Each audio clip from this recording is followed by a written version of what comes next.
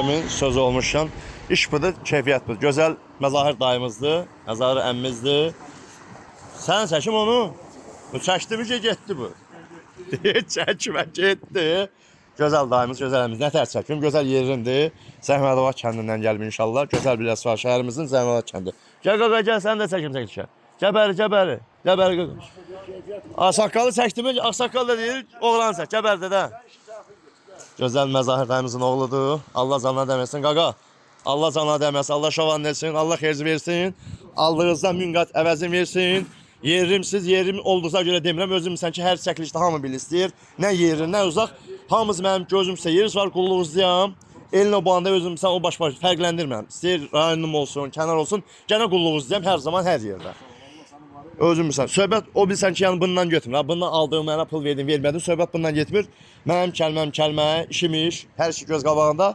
Sözüm odur ki, iş budur, keyfiyyət budur, qulluğumdayam. Allah köməz olsun. Aparatını bildiğin kimi də 5.5 kW, 3 laborot, çuğum çuloklu motor, mis sarğı, 4 təkər, 0 faza. Bu tələsik oldu, kraskamızı çəkilişdən deyirəm. Təzə vurmuşuq, biz nəyəm kimi, indi ot yapışıb eləsə, başdan deyək, həbsi o. Müştərimizin razılığından indi ot yapışar, indi istədən indi tələsir. Xodda inşallah, bir də Zeynal qardaşımız. Xodda ta, həmşək kimi. Hadi sək.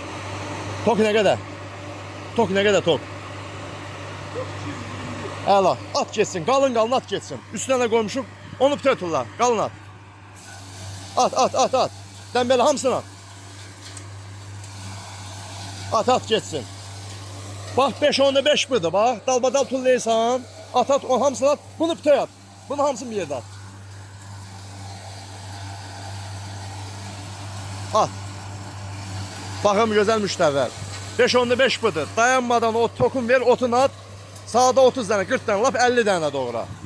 Üstünə qoymuşuq güzələ. Nətərdir? Əladır. Allah xeyirci versin. Allah iştavan versin, qulluğuzdayam.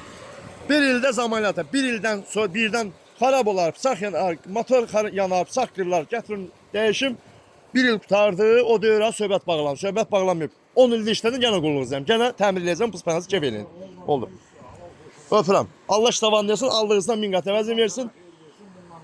Var ol, amin, amin. Bu da bunun güzələyi. İstəsəz indi əlavə 3 dənə sitqə verir, yəni böyük, bundan da biraz böyükür. So, Allah xeyirlər versin. Gedir inşallah Zəhmədabad.